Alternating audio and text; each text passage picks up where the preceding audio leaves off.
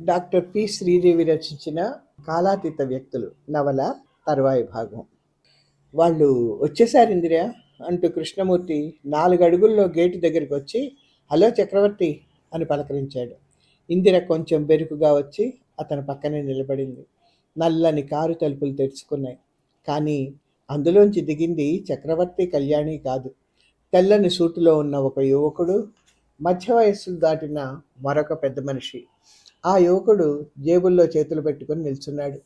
పెద్ద మనిషి కొంచెం ముందుకొచ్చి, డాక్టర్ గోపాలరావు గారు ఉన్నారా అండి అని ప్రశ్నించాడు కృష్ణమూర్తిని. కృష్ణమూర్తి తెల్లబోతూ, ఉన్నారు, నిద్ర లేవలేదు ఇంకా, ఏం కావాలి అన్నాడు. అర్జెంటు కేసుంది, మాట్లాడాలి. అయితే లేపుతాను ఉండండి, రండి, ఆ పక్క గదిలో కూర్చోండి అంటూ లోపలికి దారి తీశాడు. ఇందిర అతను కూడా వెళుతూ, భలేవాడివిలే, మీ ఫ్రెండ్ కారు ఏదో కూడా గుర్తుపట్టలేకపోయావు అంది. సరిగ్గా చక్రవర్తి కారు కూడా ఇలాగే ఉంటుంది ఇందిరా, మరొక గడియలో వచ్చేస్తారుగా అన్నాడు. డాక్టర్ ఇంకా గుర్రు పెట్టి నిద్రపోతున్నాడు. ఇంటి ఆవిడ లేచి లోపలికి వెళ్ళిపోయింది. కృష్ణమూర్తి డాక్టర్ మంచం దగ్గరికి వెళ్ళి, డాక్టర్ గారు అని గట్టిగా పిలిచాడు. డాక్టర్ తుళ్ళిపడి లేచి, వాళ్ళు వచ్చేసారా అన్నాడు. లేదు, మీకోసం ఎవరో కారులో వచ్చారు, మీ కన్సల్టింగ్ రూమ్లో కూర్చోబెట్టాను, ఏదో అర్జెంటు కేసు ఉందట, మీతో మాట్లాడాలట. డాక్టర్ విసుగ్గా లేచి నుంచొని, ఎంత అర్జెంటు కేసు అయినా ఇవాళ లాభం లేదు, మరొక డాక్టర్ దగ్గరికి వెళ్ళమని చెప్పేసి వస్తాను, తెల్లవారకుండానే ఇక్కడికి వచ్చి వాళ్తానన్నాడే చక్రవర్తి, ఇంకా రాలేదేంటి చెప్పమా అనుకుంటూ వచ్చిన పెద్ద మనుషులతో మాట్లాడడానికి వెళ్ళాడు. వెళ్ళినవాడు 5 నిమిషాల్లో తిరిగి వచ్చి మొహం అదోలా పెట్టి, కృష్ణమూర్తి గారు, అనుకున్నదొకటి జరిగిందొకటి, నేను అర్జెంటుగా ఊళ్ళోకి వెళ్ళాలి, చక్రవర్తి వస్తే మీరంతా కాఫీ తీసుకొని సిద్ధంగా ఉండండి, నేను ఎంత త్వరగా అయితే అంత త్వరగా తప్పించుకొని వస్తాను అన్నాడు. అదేంటి, వాళ్ళని మరెవరైనా డాక్టర్ దగ్గరికి వెళ్ళమంటారన్నారు? అవుననుకోండి, ఆ వచ్చిన ముసలాయన నాకు చాలా ఆత్మీయుడు, మరొకరెవరైనా అయితే పంపించేతును, ఈయనని కాదనలేను, త్వరగా వచ్చేస్తానుగా. డాక్టర్ గారి భార్య గుమ్మం దగ్గర నిలబడి ఇదంతా విని, కాఫీ సిద్ధంగా ఉంది, మొహం కడుక్కొని కాఫీ తాగి వెళ్ళరాదు అంది. అందుకు కూడా టైం లేదు రుక్మిణి, పాపం రాఘవయ్య గారి మనవడికి ఫిట్స్ వస్తున్నాయట, అతను హడలిపోతున్నాడు, నా బాక్స్ కారులో పెట్టించి తిరిగి వచ్చాకే కాఫీ వగైరాలన్నీ అంటూ బట్టలు వేసుకునేందుకు సిద్ధమయ్యాడు. డాక్టర్ వెళ్ళిపోయాక ఇందిర కృష్ణమూర్తి వైపు తిరిగి, ఏం డాక్టర్లు బాబు, వీళ్ళ బతుకంతా హడావిడి హడావిడి, కొంపదీసి మీ ఫ్రెండ్ చక్రవర్తి కూడా ఇలాగే ఎవరికై ప్రాణం వచ్చిందని ఉండిపోలేదు కదా అంది. చంపేశావు, నేను అసలే గాబరా పడుతుంటే నువ్వు ఇలాంటి అపశకునం మాట్లాడతావా అని విసుక్కున్నాడు కృష్ణమూర్తి. ఇందిర పఖాలు నవ్వి, ఓయ్ పిచ్చి కృష్ణమూర్తి, నీకు ఇప్పుడు కొత్త కొత్త సెంటిమెంట్స్ వస్తున్నాయే అంది. ఏమిటా విరగబడి నవ్వడం, నీ వాలకం చూసి ఇంటి ఆవిడ హడలిపోతుంది, నీకంతా వెటకారంగా ఉందేమో కానీ నాకెందుకో భయంగా ఉంది. ఏ సెంటిమెంట్స్ లేకపోతే కృష్ణమూర్తి ఇందిరను వెంటేసుకొని తిరుపతికి ప్రయాణం కట్టే అవసరమే ఉంటుంది? నీ తెలివికి సంతోషించాం కానీ ఏంటి అర్థం లేని నిరీక్షణ, తెల్లవారి 1:30 అయింది, కప్పు కాఫీ అయినా ఇప్పించావు కాదు, ఇవాళ ఎంచేతో ఊరు తెల్లారక ముందే లేచి కూర్చున్నావు, ఎప్పుడైనా ఈ వేళప్పుడు నిద్రలేచి ఎరుగుదువా? ఇందిర కృష్ణమూర్తి కళ్ళలోకి చిలిపిగా చూసి, నిజమే సుమా, ఇందిర ఎంత మారిపోయింది, అంతా ఏడుకొండలవాడి దయ అంది. అమ్మగారు కాఫీ పంపించారు అంటూ పని మనిషి 2 కప్పులతో కాఫీ పట్టుకొచ్చింది. కృష్ణమూర్తి ఒకటి ఇందిరకు అందిస్తూ, కాఫీయో అని కలవరుస్తున్నావుగా, దేవుడు నీ కోరిక మన్నించాళ్లే అన్నాడు. వేకువ చీకట్లు క్రమక్రమంగా తొలగిపోతున్నాయి. రోడ్డుకి ఇరుపక్కల పొలాలు, భూమి ఆకాశాల మధ్య దట్టమైన పొగమంచు, ఆకాశంలో వెలుగురేఖలు విచ్చుకుంటున్న మంచు తెరల చాటున వాతావరణం మబ్బు మబ్బుగా ఉంది. చుట్టూ ఉన్న ప్రకృతి అస్పష్టంగా లీలగా కనిపిస్తోంది. అప్పటికింకా రోడ్డు నిర్మానుష్యంగా ఉంది. బద్ధకంగా నెమ్మదిగా డ్రైవ్ చేస్తున్న చక్రవర్తి ఒకసారి చేతి వాచి చూసుకున్నాడు. 5:30 అయింది. నెల్లూరు ఊళ్ళోకి చేరేసరికి ఇంకా అరగంట పడుతుంది. రోడ్డు వారగా కారు ఆపి ఒక సిగరెట్ వెలిగించాడు చక్రవర్తి. కారు ముందున్న అద్దం మంచుతో తడిసిపోయింది. డస్టర్ తీసి శుభ్రంగా తుడిచాడు. ఒక్కసారి బద్ధకంగా ఒళ్ళు విరుచుకొని ఈ పాటికే అక్కడికి చేరుకోవాల్సింది అనుకుంటూ మళ్ళీ చక్రం ముందు కూర్చొని కారు పోనిచ్చి అంతకంతకు వేగం హెచ్చిస్తూ పక్కనున్న కళ్యాణి వైపు చూశాడు. ఆమె అలసిపోయి నిద్రపోతోంది. ఇంకేముంది, ఈ స్పీడులో పోతే ఒక అరగంట 40 నిమిషాల్లో అక్కడికి చేరుకోవచ్చు అనుకున్నాడు. నిద్రపోతున్న కళ్యాణిని బుగ్గ మీద ఓ చిటికేసి లేపుదామా అని అనిపించింది అతనికి. మళ్ళీ ఎందుకో చాలా అలసిపోయింది పాపం. రాత్రంతా సరిగ్గా నిద్రలేదు అని లేపాలి, ఎందుకు లేపడం అనే కోరికను అణుచుకున్నాడు. నిద్రలో ఏవో కలలతో చెందిన మెలకువలో మగతగా మబ్బులాంటి ఆలోచనలు, ఆ ఆలోచనల అంచుల్లో తళుక్కుమని మెరిసే చిన్న చిన్న ఆశలు, ఆశ, భ్రాంతి, భయం, అలసట, మళ్ళీ నిద్ర. ఇలాగే జాగృత సుషుప్తావస్థల మధ్య గడిపింది కళ్యాణి. రాత్రి ఒక్కొక్క జామే గడిచిన కొద్దీ ఆమె ఒక్కొక్క భయాన్నే పోగొట్టుకుంటోంది. అనంతాకాశంలో చీకటి తెరలు ఒకటొకటి విడుతున్న కొద్దీ కళ్యాణి మానస అంబరంలో కొత్త కాంతులు ప్రసరిస్తున్నాయి. సీటులో వెనక్కి చెరగిలబడి కాళ్ళు దగ్గరగా ముడుచుకొని కూర్చుంది కళ్యాణి. చక్రవర్తి కారాపినప్పుడు కూడా ఆమెకు మెలకువ రాలేదు. 2 రోజుల అలసటకి ఆమె మొహం వాడిపోయింది.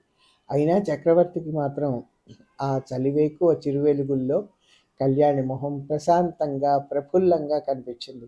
మంచి నిద్రలో ఉంది, అందమైన కలలు కంటోంది కాబోలు అనుకున్నాడు అతను. ఉన్నట్టుండి కళ్యాణి కెవ్వున కేకేసి ముందుకు తూలిపడింది. ఆమె కళ్ళు తెరిచి చూసేసరికి చక్రవర్తి తన మీద ఒరిగిపోయి గట్టిగా పట్టుకొని ఉన్నాడు. కారు ఎడంచేతి వైపుకు ఒరిగిపోయింది. చక్రవర్తి కళ్యాణి భుజం మీద తలుంచి కళ్ళు గట్టిగా మూసేసి, ఎంత పని జరిగింది కళ్యాణి అని పెద్దగా మూలిగాడు. అతని నుదిటి మీద గాయం తగిలి రక్తం కారుతోంది. కళ్యాణికి ఒక క్షణం అంతా అయోమయంగా ఉంది. కల కాదు కదా అని అటు ఇటు కలయ చూసింది. కల కాదు, తాను మేల్కొనే ఉంది. కారు అద్దాలు పగిలిపోయాయి. ఒక పక్క తలుపు తెరుచుకుని ఉంది. తాను సీటుకి కారు తలుపుకి మధ్య ఒరిగిపోయింది. చక్రవర్తి తన మీద కొరిగిపోయాడు. ఒక పక్క ఎత్తుగా రోడ్డు కనిపిస్తోంది, ఒక పక్క 4 అడుగుల గొయ్యి. కారు సగం గోతిలో కొరిగిపోయి ఒక పెద్ద బండరాయిన అనుకుంది. క్షణకాలం అచేతనంగా ఉండిపోయి, ఏం జరిగింది, ఏమైంది మనకి అన్నది నెమ్మదిగా కళ్యాణి అతన్ని లేవదీయడానికి ప్రయత్నిస్తూ. యాక్సిడెంట్ అయింది, సావు తప్పింది, ఉండు నేను నెమ్మదిగా లేస్తాను, తర్వాత నువ్వు లేద్దువు గాని అంటూ చక్రవర్తి స్టీరింగ్ చక్రాన్ని తప్పించుకొని కారులోంచి ఎలాగో బయటకొచ్చి కళ్యాణికి చెయ్యి అందించాడు. సగం ఒరిగిపోయిన కారులోంచి కళ్యాణి బయటకు దిగి డాక్టర్ మొహం చూసి, అబ్బా ఎంత పెద్ద దెబ్బ తగిలిందో అంది.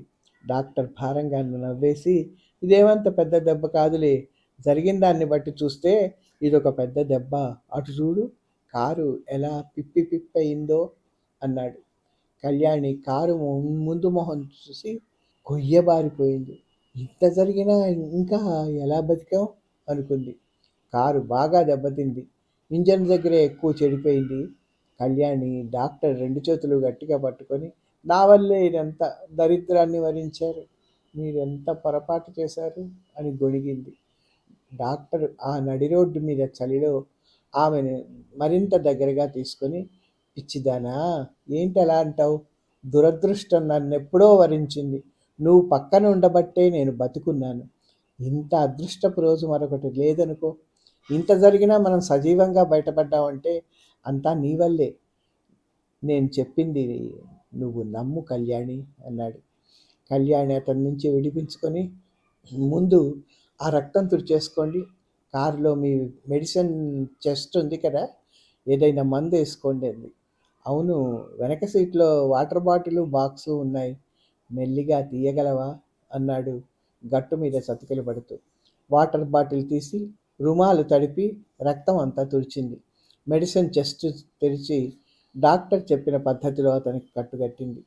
పగిలిపోయి కారు అద్దాలు గుచ్చుకొని నుదిటి మీద అంగుళం మేర చర్మం చీరుకుపోయింది. బాగా రక్తం కారింది, కానీ ప్రమాదకరమైన గాయం మాత్రం కాదు. చక్రవర్తికి ఎదురు రొమ్ము మీద స్టీరింగ్ వీల్ గట్టిగా తగిలింది. అతనికి ఎక్కడ లేని నీరసం వచ్చేసింది. ఇంక ఇప్పుడు ఏం చెయ్యాలి కళ్యాణి అన్నాడు దిగులుగా ఆమె వైపు చూసి. అసలు ఇంత ప్రమాదం ఎలా జరిగింది చెప్పండి? ఏం చెప్పమంటావు? దగ్గరకు వచ్చేసింది, తెల్లవారిపోయింది, రోడ్డు బాగానే ఉంది అనే ఉత్సాహం కొద్దీ స్పీడ్గా పోతున్నాను. ఇంతలో 2 దూడలు బెదిరిపోయి కారుకి అడ్డంగా వచ్చి పడ్డాయి. ఒక్క అడుగు ముందుకు వెళితే అవి కారు కింద పడి చచ్చిపోయేవే.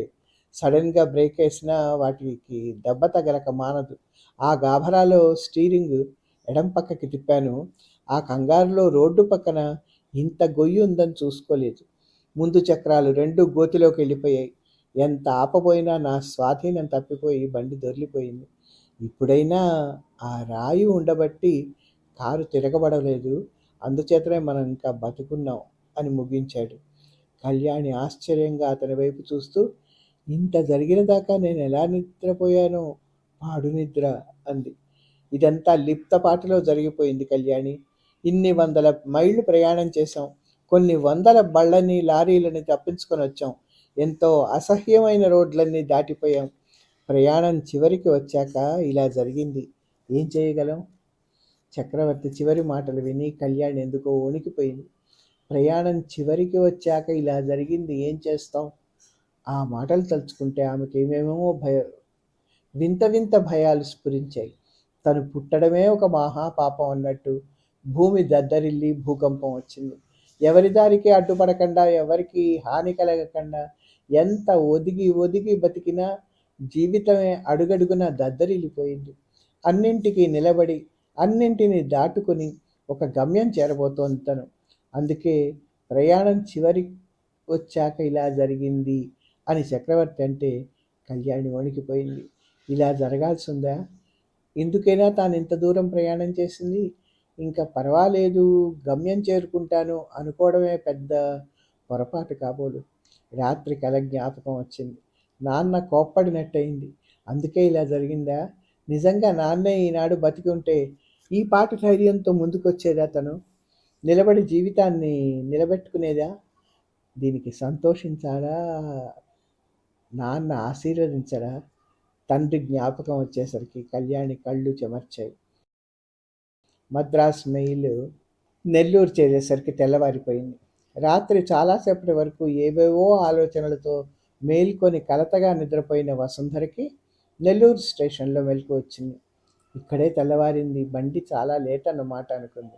గూడూరు వెళ్ళేసరికి కనెక్టింగ్ ట్రైన్ ఉంటుందో ఉండదో, అది తప్పిపోతే మళ్ళీ ట్రైన్ ఎప్పుడో, తాను ఇంతా సిద్ధపడితే సమయానికి చేరుకోలేదా ఏంటి? అలా జరిగితే తన ప్రయాస అంతా కూడా వృధా కదా. ఎంత లైట్ అయితే మాత్రం ఆ వేళకి చేరుకోలేకపోతానా అని ధైర్యం తెచ్చుకుంది. మరచెంబులో నీళ్లు తీసి మొహం కడుక్కొని కాఫీ తెప్పించుకొని తాగింది. అన్నట్టు వాళ్ళు నెల్లూరు నుంచి కలిసే కారులో వెళ్తామన్నారు. ఈ పాటికి బయలుదేరి ఉంటారు. కళ్యాణి ఏమనుకుందో తన గురించి. ఒక రోజంతా బతిమలాడింది. డాక్టర్ మరీ పంతం పట్టాడు. ససేమిరా రానంది తను. కళ్యాణి చిన్నపుచ్చుకొని వెళ్ళిపోయింది. అయినా ఆ అమ్మాయికి కోపం రాదు. తనెందుకు రానన్నదో ఆ మాత్రం పోల్చుకోగలదు. అకస్మాత్తుగా తను వెళితే వాళ్ళంతా ఏమనుకుంటారు? కళ్యాణి అయితే మహదానందపడిపోతుంది. తనకు తెలుసు. కళ్యాణికి తనకంటే ఆత్మీయులు ఎవరు లేరు. డాక్టర్ కూడా తన రాకకు తప్పకుండా ఆనందిస్తాడు. మరి కృష్ణమూర్తి కృష్ణమూర్తి ఏమనుకుంటాడు? అసలు తనతో మాట్లాడతాడా? ఆ మాత్రం గుండె నిబ్బరం ఉంటే తనకు కనపడకుండానే ఈ తంతంతా ఎందుకు ఏర్పాటు చేసుకుంటాడు? నాకు నచ్చిన అమ్మాయిని నేను పెళ్లి చేసుకుంటాను అంటే తాను అడ్డుపడిందా? పిచ్చి కృష్ణమూర్తి ఇంత పిరికివాడనుకోలేదు. రీడర్స్ డైజెస్ట్ చేతిలో ఉంది, కానీ ఒక్క పేజీ కూడా తిరగలేదు. వసుంధర మెదడులో కళ్యాణి, కృష్ణమూర్తి, డాక్టర్ గురించిన ఆలోచనలే జడలల్లుకుంటున్నాయి, చిక్కుపడుతున్నాయి, మళ్ళీ విడుతున్నాయి. ఆ ముప్పేట జడలో తానెక్కడా లేదు. ఇందిర కూడా లేదు. ఇందిరను అంతగా ఎరగదు. ఒక ప్రేక్షకురాలిగా వసుంధర ఆ ముగ్గురు జీవితాలు, పరిణామాలు, వాళ్ళు చేరే గమ్యం అవలోకిస్తోంది. ఆ అవలోకనలో, అవగాహనలో కృష్ణమూర్తి మెదలినప్పుడల్లా గుండెల్లో పదిలపరిచిన కత్తుల్లాంటి భావాలేవో కలుక్కుమంటున్నాయి. 4 రోజుల కిందట డాక్టర్ వచ్చి భయపడుతూ కృష్ణమూర్తి ఇలాంటి నిశ్చయానికి వచ్చాడు, ఈ విషయం మీతో చెప్పమన్నాడు అన్నప్పుడు తనకు దుఃఖం కంటే కోపం అతిశయించింది. ఆ కోపంలో డాక్టర్తో ఎక్కువ మాట్లాడలేకపోయింది. ఎందువల్ల అని కూడా తను అడగలేదు. అయినా డాక్టరే చెప్పాడు కృష్ణమూర్తి ఎందుకు ఇలాంటి నిశ్చయానికి వచ్చాడో. అతడు చెప్పిందంతా అర్థం చేసుకునే స్థితిలో అప్పుడు లేదు తను. తనకిప్పుడు కృష్ణమూర్తి మీద కోపం ఏమీ లేదు. తనకు అర్థం కానిదల్లా ఒకటే, అతడు తనకు కనబడకుండా ఎందుకు తప్పుకు తిరగాలి అని. నిజానికి కృష్ణమూర్తి నిశ్చయం కంటే అంతరాంతరాల్లోని తన ఆశలు తుంపివేశాడనే బాధే వసుంధరకు ఎక్కువ బాధ పెట్టింది. అతడు తప్పు చేసిన వాడిలా తన నుంచి పారిపోవడం, పిరికివాడిలా తప్పుకుపోవడం కాక ఒక స్నేహితుడిగా తను వచ్చి ఇది నా నిశ్చయం అని ఉంటే తను ఇంత మదనపడేది కాదు. అలా అనుకున్నప్పుడు వసుంధరకు ఒక చిత్రమైన ఆలోచన వచ్చింది. అతడు అలా చేయకపోవడమే మంచిదైందేమో. కృష్ణమూర్తిలో ఆ పిరికితనం కనబడబట్టే అతడిలో నేను అనుకున్నంత ఏమీ లేదు. అతను సామాన్యుడు, నేనంత కుంగిపోవాల్సిందేం లేదు. ఇదొక అనుభవం. మరికొంచెం కళ్ళు పెద్దవి చేసి లోకాన్ని చూడాలి, ముందుకు సాగాలి అనుకోగలిగింది వసుంధర. ఆ భావం ఆమెకు ఒక ప్రశాంతతనిచ్చింది. తనకిప్పుడు ఎవ్వరి మీద ద్వేషం లేదు. ఏంటి కృష్ణమూర్తి, విసుగెత్తి చచ్చిపోతున్నాను, ఎప్పటికీ ఊడిపడడే మీ చక్రవర్తి. వాళ్ళిద్దరూ కలిసి ఏదో మోసం చేశారు అంది ఇందిర చేతిలో ఉన్న పుస్తకాన్ని విసురుగా టేబుల్ మీద విసిరేసి. నీకు కోపం తెచ్చుకోవడం, విసుక్కోవడం, ఎవరినో తిట్టేయడం ఇంతే తెలుసు. ఏం జరిగింది, వీళ్ళు ఇంకా ఎందుకు రాలేదు అని నేను ఆరుద్దా పడి చస్తున్నాను అన్నాడు కృష్ణమూర్తి చేదరగా. అటూ కాకుండా ఇటూ కాకుండా ఇక్కడ చిక్కడిపోయాం. పోనీ ఈ డాక్టర్ వస్తాడేమో అంటే అర్జెంట్ కేసు అంటూ పొద్దుననగా వెళ్ళాడు, ఇంతవరకు రాలేదు. మీ చక్రవర్తి మర్చిపోయి నెల్లూరు దాటి వెళ్ళిపోలేదు కదా అంది ఇందిర మళ్ళీ. అదేమిటి ఇందిర అలా అంటావు? మర్చిపోవడానికి ఇదేమన్నా సినిమానా, సర్కసా? మనల్ని ఇక్కడ ఉండమన్నవాడు తను, తీసుకెళ్తానన్నవాడు తను, డాక్టర్ గోపాలరావు కుటుంబం కూడా వస్తానని చెప్పినవాడు తను. ఇంత జరిగి ఎందుకు రాడు? తోవలో కారేమైనా గడబిడ చేసిందా అని నా అనుమానం అన్నాడు. టైము 8:30 దాటింది. అంతకంతకు ఇందిర చికాకు పడుతూనే ఉంది. కృష్ణమూర్తి గాభరా పడుతూనే ఉన్నాడు. ఎప్పటికీ చక్రవర్తి జాడలేదు. ఏమైందో తెలియదు. ఇంట ఆయన ఇంతవరకు రాలేదు. ఘడియకి గేటు వైపు అప్రయత్నంగా చూస్తూ హాలులో పచారులు చేస్తున్నాడు కృష్ణమూర్తి. ఇంతలో వీధిలో కారు ఆగింది. అందరూ ఆదుర్దాగా తొంగి చూశాడు కృష్ణమూర్తి. ఇందిర కూడా తొంగి చూసి, అది ట్యాక్సీలే, మన వాళ్ళేం కాదు, డాక్టర్ గారికి మరొక కేసు కాబోలు అంది. కాదిందిరా, అదిగో చక్రవర్తి అంటూ వీధిలోకి ఒక్క ఉరుకున పరిగెత్తాడు. కళ్యాణి కూడా నెమ్మదిగా కారులోంచి దిగింది. కృష్ణమూర్తి, ఏమిటో డాక్టరు, కారును ఎక్కడైనా గుద్దించేశావేంటి, టాక్సీలో వచ్చావేంటి అన్నాడు. నువ్వు అన్నంత పనే జరిగింది, ఆ సంగతి వింటే నువ్వు హడలిపోతావు అన్నాడు చక్రవర్తి. మొదట అతను నమ్మలేదు, కానీ వాళ్ళిద్దరినీ చూస్తే ఏదో పెద్ద ప్రమాదం జరిగినట్టే అనిపించింది. సరే లోపలికి రా, మాట్లాడుకోవచ్చు అంటూ, ఇందిరా, నేను భయపడినట్టే జరిగింది చూసావా, మన వాళ్ళు పెద్ద యాక్సిడెంట్ నుంచి బయటపడొచ్చారట అన్నాడు హాల్లో ఉన్న ఇందిరతో. ట్యాక్సీ డ్రైవర్ సామాన్లు హాల్లో పెట్టాడు. చక్రవర్తి హాల్లోకి వెళ్ళగానే అక్కడ ఈజీ చైర్లో కూలబడ్డాడు. కళ్యాణికి ఏం చేయడానికి తోచక అటు ఇటు చూస్తోంది. అన్నట్టు ఇందిరని నీకు ఇంట్రడ్యూస్ చేయాలి కదూ, లోపలికి పారిపోయినట్టుంది, లాక్కొస్తానుండు అంటూ లోపలికి వెళ్ళాడు అతను. ఎప్పుడు ఎవరితో మాట్లాడడానికి భయపడని ఇందిర కళ్యాణిని ఎలా పలకరించాలి అనే జంకుతో లోపలికి పారిపోయింది. అతను ఇందిరని లాక్కొచ్చి డాక్టర్కి పరిచయం చేశాడు. నిల్చునే ఉండిపోయారే, కూర్చోండి కళ్యాణి గారు అన్నాడు ఆమె వంక తిరిగి. ఇందిర కళ్యాణి వైపు ఒకసారి పరిశీలనగా చూసింది. ఇక్కడికి ఆపుదాం.